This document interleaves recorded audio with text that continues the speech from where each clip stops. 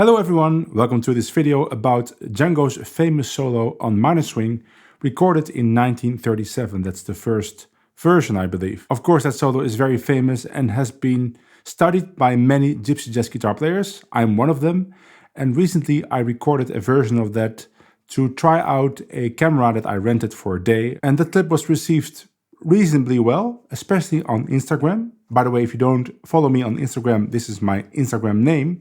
Follow me there because I'm starting to make shorter videos for Instagram with little things that I'm not talking about on my YouTube channel per se. 3 days ago, I made a story here on YouTube asking if people were interested in learning this solo note for note, like I've been doing with multiple Django solos, and you all seemed quite receptive to that idea. So here it is, we're gonna learn Django's minor swing solo from 1936.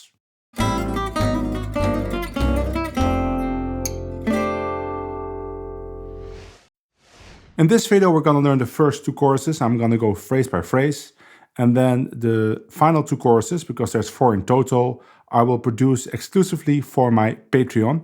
So if you want to learn the complete solo, check out my Patreon. If you join at the $5 level, you can download the tab for today's video, which you can also see on screen. And if you join at the $10 level, you can learn the complete solo, plus many other exclusive things that you'll get access to. Furthermore, if you like my videos, please give it a like, consider subscribing. It's the only way to grow on YouTube and I could really use your help. Let's get started with phrase number 1. Here it is slow, a little faster, and then you can hear me play it with a backing track. 1, 2, 3, 4, 1.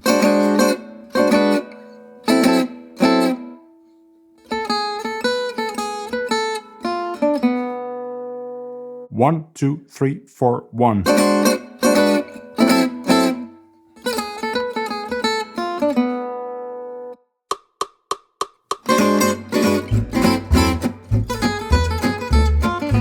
So it starts with a pickup with chords. Now many people actually play this. So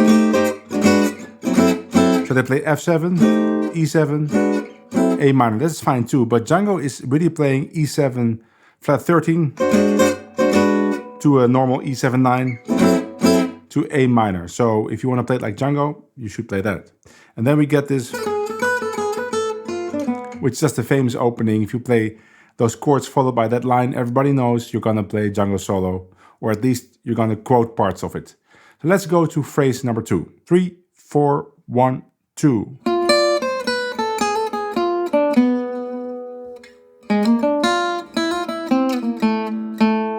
Three, 4, 1, 2.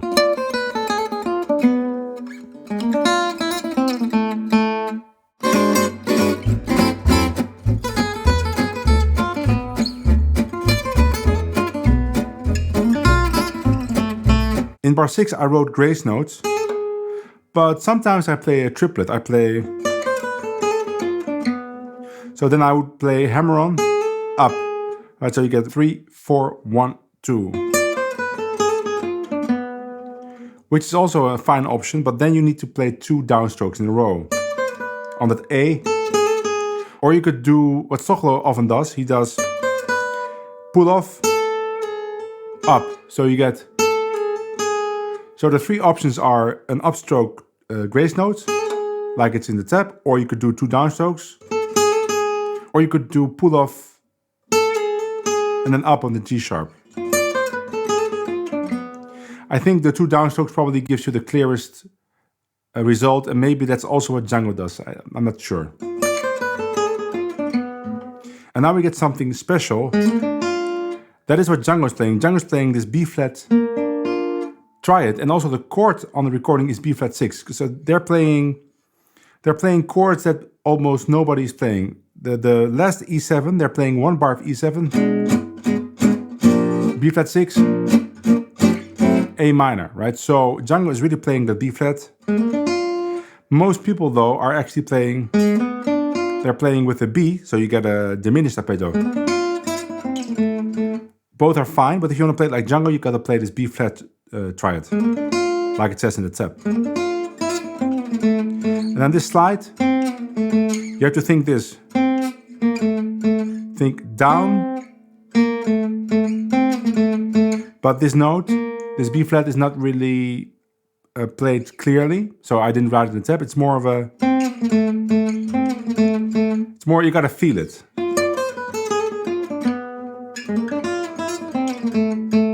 Let's go to the next phrase. 3, 4, 1, 2.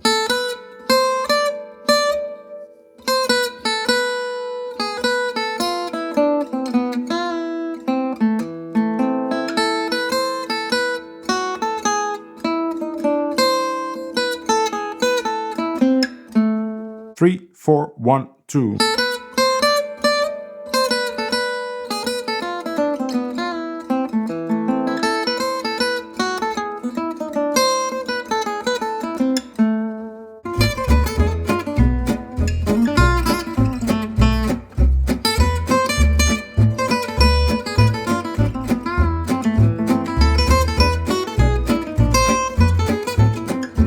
I like to play the beginning with 2 fingers, either like this, like I was doing in the slow version, or like I was doing probably in the clip. Or you could do with your pinky, of course, but let's stick to the version I was playing slowly. I have this little, that's the typical Django thing to do.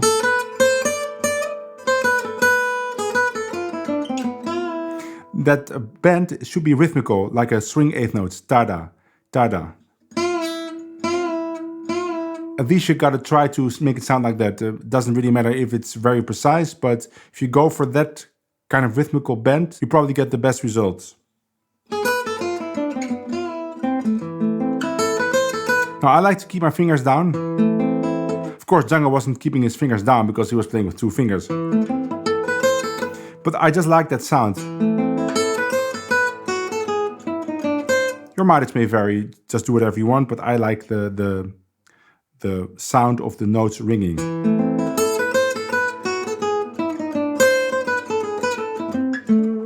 I like to play it like that. So I'm jumping with the second finger from the C to the A, and there's several reasons. One reason is it feels good rhythmically because you gotta play quarter notes, and when you play quarter notes in jazz, you gotta make sure that they are on the beat, that you don't rush them. So by jumping, I'm forcing myself to not rush, and also I end on my second finger, and that's the best finger for vibrato, of course. Let's go to the next phrase. 1, 2, 3, 4, 1.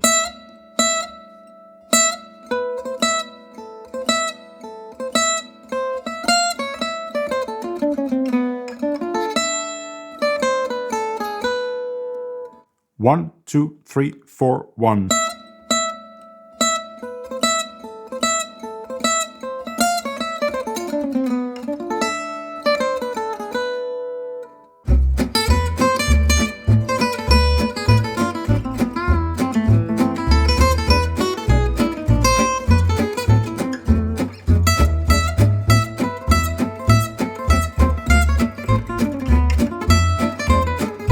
Again, I'm playing those little Django-esque slides up.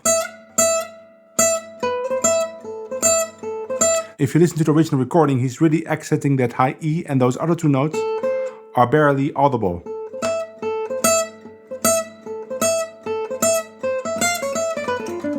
Now that lick is something that I do. It's the only thing I changed in the solo. Django's playing something else. It's not really clear, but I just like playing those triplets. Sounds virtuosic, but Django's playing something like... I'm not completely sure, and I'm not in the habit of changing Django solos, but in this particular spot, I just felt that the triplet lick was very effective.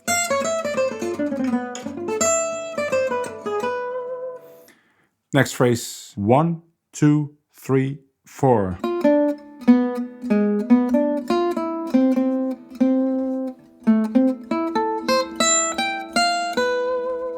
One, 2, 3, 4.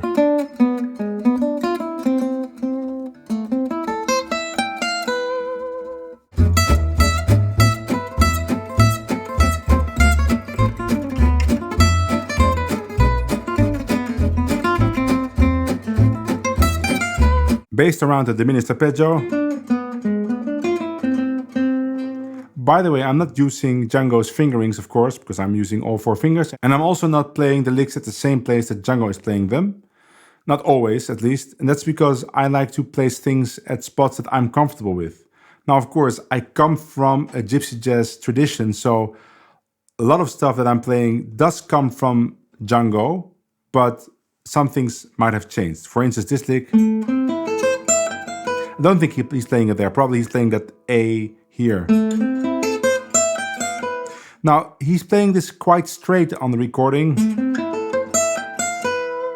But my philosophy is when you study a solo like this, always study to swing all the eighth notes.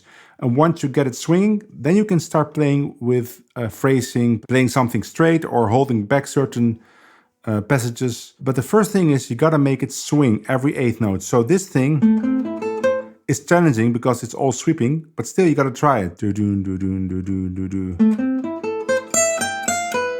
Of course, we end with a quarter triplet, so there you can be very broad. And then we're on to the next phrase. 1, 2, 3.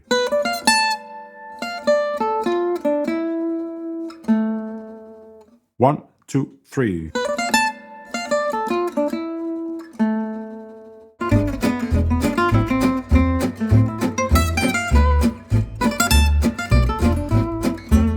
Now in the clip I'm playing it with an upstroke. But you can also play it down. Then you get 2 downstrokes in a row.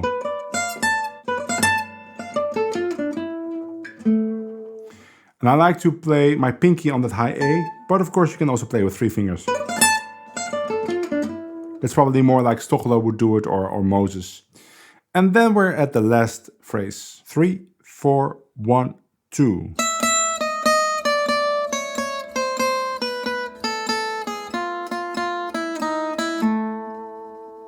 Three, 4, 1, 2.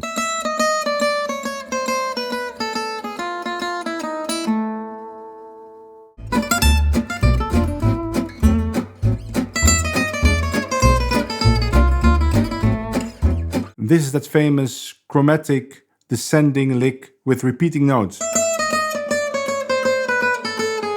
It's a great lick to play on E7, and it's something that you don't hear that often, or almost never. And it can be quite challenging in the beginning to make that rhythmically work, because you gotta start with an upstroke on offbeat. 1, 2, and...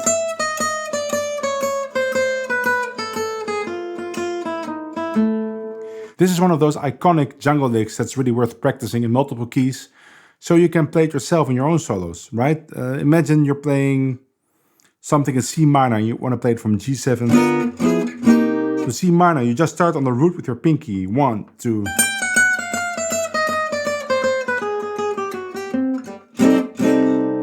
Great lick. Those were the first 2 choruses of this super well-known Django solo. This solo was also featured in the movie that was made a couple of years ago, the Django movie. If you haven't seen it, at least watch the opening scene, because they did a really good job of filming the actor that plays Django playing this solo with lots of interesting camera angles and lots of neat sound effects with the guitar being louder when the camera is close to the guitar. Really fun to see that. And if you want to learn the complete solo, check out my Patreon, because this week I'll make a video especially for my patrons, and we'll talk about the last 2 choruses. Hopefully I will see you in that video, or otherwise in the next video right here on YouTube. Bye!